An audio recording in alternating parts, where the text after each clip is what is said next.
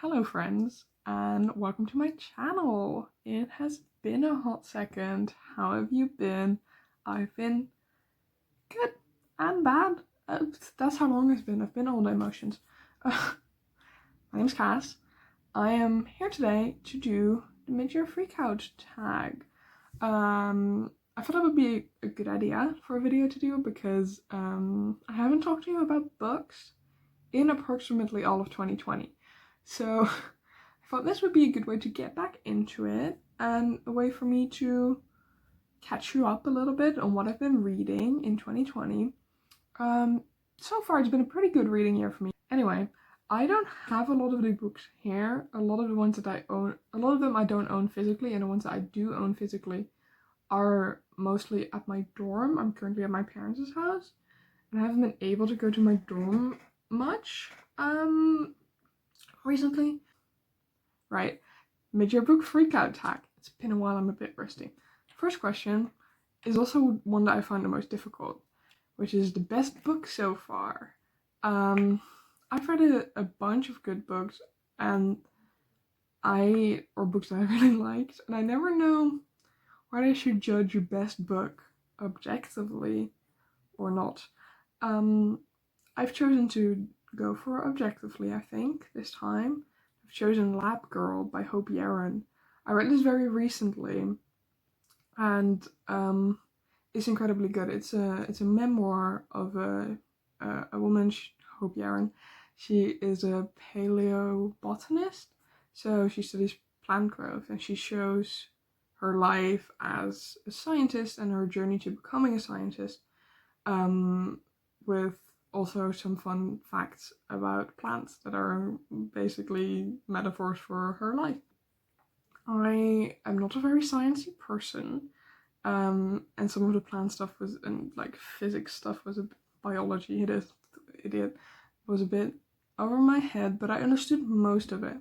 And what I found extremely interesting about it was the way it talks about academia, because I'm in university currently and I'm of course a part of academia and also considering becoming a part of academia after I finish my degree. So seeing kind of the struggles of this woman in academia is extremely interesting. Also the writing style was really good. It's a memoir, but it reads definitely as a novel. I don't really like non-fiction normally. I don't read memoirs, but I'm extremely glad that I picked this one up because it was so good. Then my best sequel, for which I have chosen The Kingdom of Copper by S.H. I don't know how to pronounce her name. I also haven't written it down and I'm filming on my phone, so I cannot look it up because I don't have the book here. It will be right here, or editing me will intervene with the pronunciation. Kingdom of Copper is the second book in the David trilogy, which I started reading this year, and the third book is just about to come out. This trilogy is about a woman, Nari, who finds out that there are genies in the world, jinn, or devas, yeah, sure. And one of these devas takes her to Devabad, which is the jinn deva homeland. Is a dual narration, the first book, between Nari and Alizad, who's the prince of Devabad, and also going to be its queen. And yeah, that's what the first book starts off with. The second book is the one that I picked for this question, but I can't tell you what it's about because it's a sequel. But I find it even better. I'm extremely interested to see what the third book brings. I think that sometimes in the second book it threw in too much of like, and then this happens, and then this happens, where I'm just like, I want to know about these characters, I want to know about the court politics. So it didn't do that for me, but it's incredibly good and the world is amazing, and I'm extremely excited to read the third book. New anticipated release you haven't read yet. I chose You Should See Me in a Crown. For that I blanked on the author. I will put it mess on my hair. It's about a girl who runs for prom queen in order to get a scholarship to a university, but she ends up falling for the competition, I believe. It's PSC, it's queer. It sounds incredible, but I haven't read it yet. Then what is your most anticipated release in the second half of 2020? To which I have two answers because I could not choose between these two. The first is Loveless by Alice Oseman. I Was Born for This and Radio Silence by Alice Oseman are two of my favorite books. I think Radio Silence might be my favorite book, together with Vicious. Which is interesting that I mentioned that because V. Schwab, the author of Vicious, is also releasing a new book, The Invisible Life of Addie LaRue, which is my other most anticipated release. Loveless is about asexuality. I know it's Alice Oseman. It's about a girl who is coming to terms with being ace and arrow, and that's all that I know about it. But it's Alice Oseman, so I'm going to love it. And then The Invisible Life of Addie LaRue is about a girl that makes a deal with the devil where she becomes immortal, but everyone she meets forgets her after meeting her. Those are the two I'm very excited about. I should have written down author names for all of these, but I didn't. I'm incredibly sorry for this. I should have tried more. Yeah. Then, what was your biggest disappointment this year? I've put down two for, oh no, I haven't, I've put down three. I've put down Convenience Store Woman by, I don't know. This was a book that I thought I was really going to like. I kind of feel like I missed the point to it, because I didn't really see the point. I didn't see that there was a point, which is why I didn't like it that much. The second one is, it's the first book I actually have here. Like a Love Story by Abdi Nazmian. I'm so sorry. This is about a Pakistani dude who, it's in the 80s, during the AIDS crisis, goes to school with two friends, Ardema and Judy. Our main guy, Reza, goes to school with them. He finds out he's gay. I think he knew. I'm not sure. He's a bit repressed, which is fair. It's the 80s. He falls for Art, who's openly gay, but he starts a relationship with Judy, who's Art's best friend. I kind of thought this relationship was going to be different.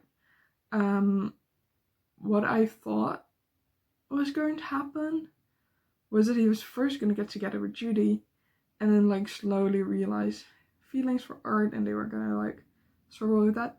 But really what happens is that Reza starts to realize his feelings for Art, then starts hanging out with Judy.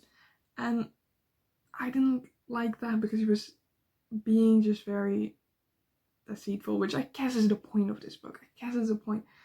But there were just things about it that I didn't like. I feel like the relationship between Reza and Art could have been started better, at least. I don't know.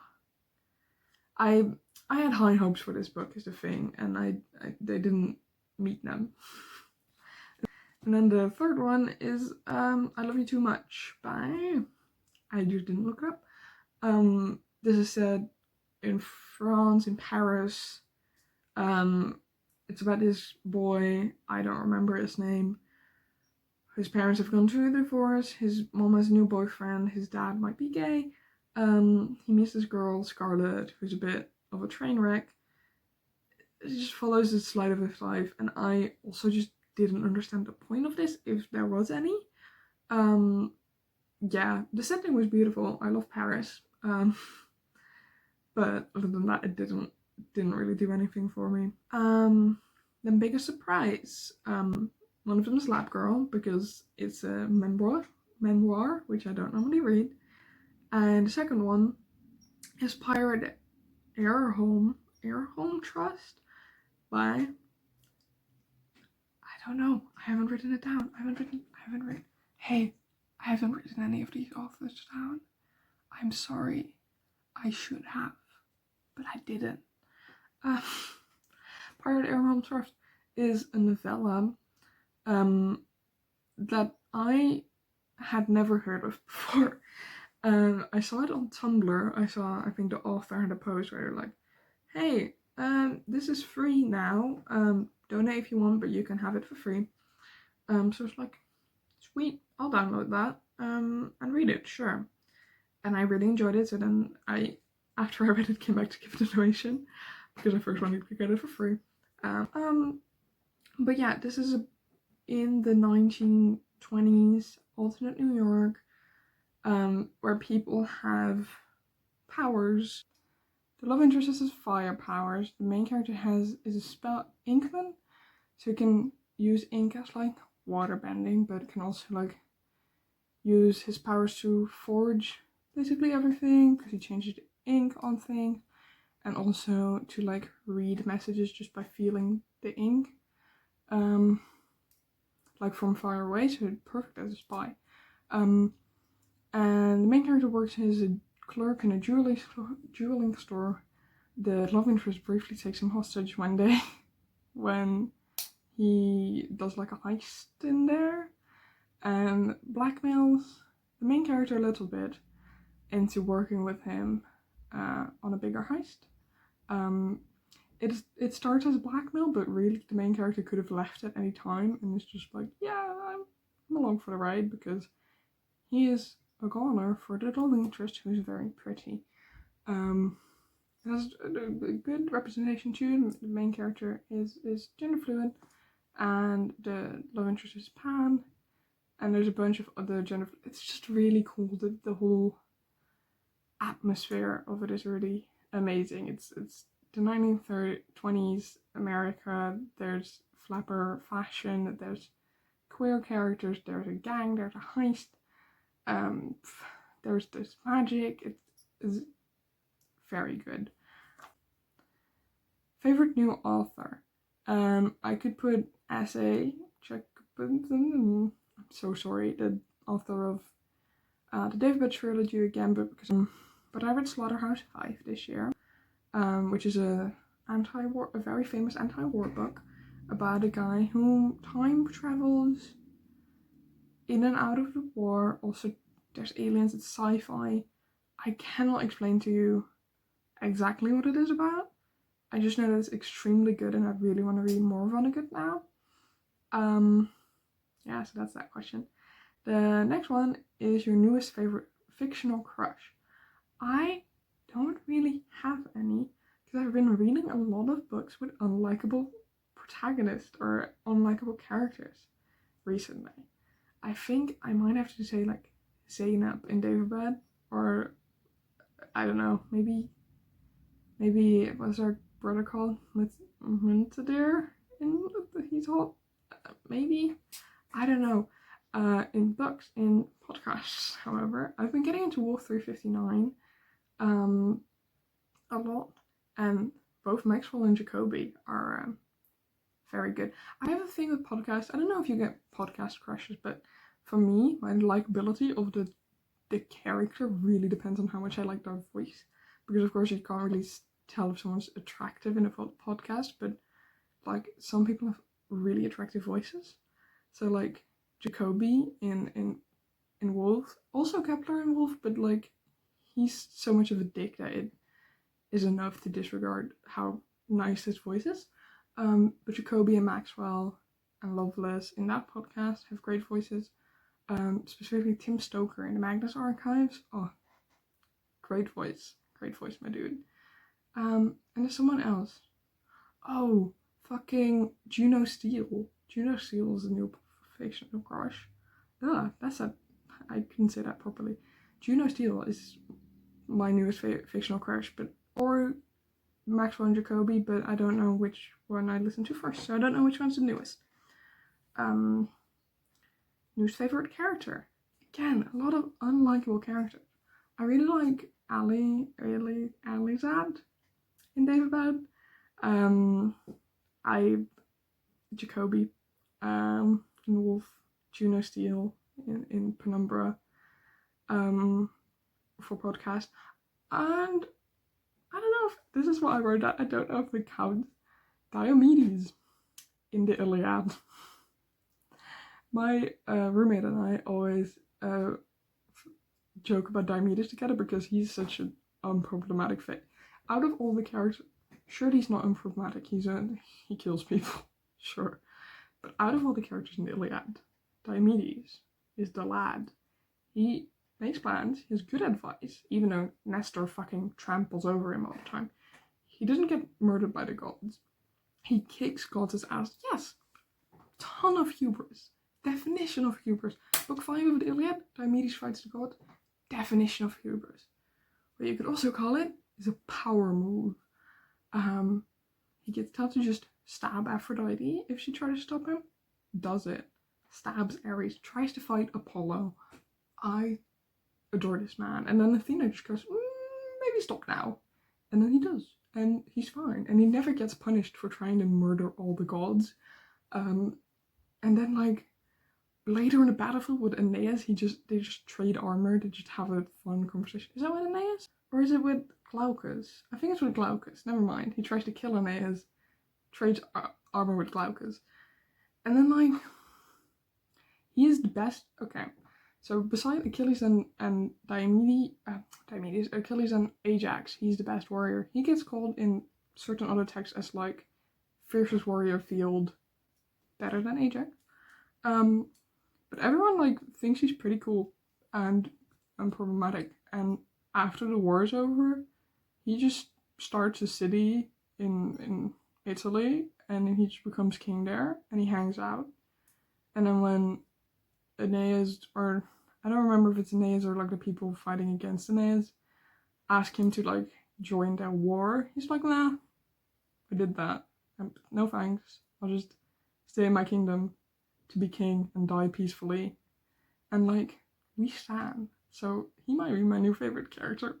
Next question, a book that made you cry. I have 2 books so far that have made me cry. The first was Slaughterhouse 5 by Kurt Vonnegut.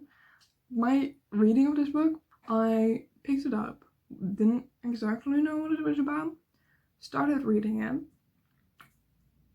read it, then 3 hours had passed, I had finished it, didn't know what to do with my life, took a walk in the park, cried a little bit.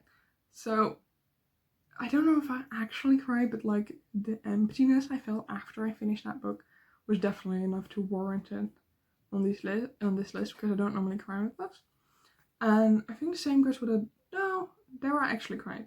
A Little Life by Tanya Agnew. I know her name. This book also fucking wrecks me, and I had expected it to.